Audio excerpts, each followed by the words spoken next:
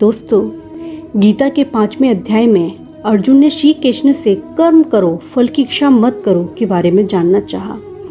तब श्री कृष्ण ने बताया कि हे पार्थ, ध्यान से सुनो।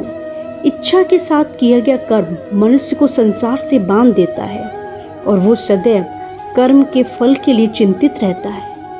इसलिए इच्छा से किए गए कर्मों की तुलना में भक्ति पूर्वक किया गया कर्म ही श्रेष्ठ है, क्योंकि इसमें मनुष्य अपने मन तथा इंद्रियों को वश में कर अपने अहम भाव यानी मैं शब्द को त्याग कर स्वार्थ से रहित कर्मों को करता है और ऐसा मनुष्य सभी को प्रिय होता है और सभी लोग उसे प्रिय होते हैं।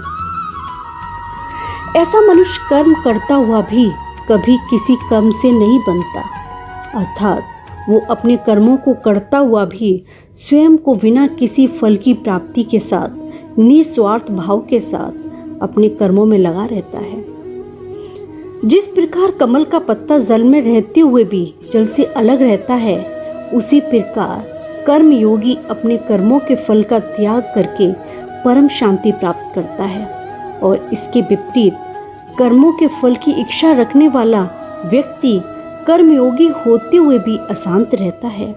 दोस्तों, गीता में श्री कृष्ण ने यह भी कहा है कि जो मनुष्य शरीर के नष्ट होने से पहले ही काम क्रोध से उत्पन्न होने वाले वेग को सहन करने में समर्थ हो जाता है, अर्थात काम और क्रोध पर पूर्ण रूप से विजय प्राप्त कर लेता है, वही पुरुष योगी भी है और वही सुखी भी है। दोस्तों, श्री कृष्ण कहते हैं कि मनुष्य के लिए काम क्रोध को जीतना अत्यंत आवश्यक है।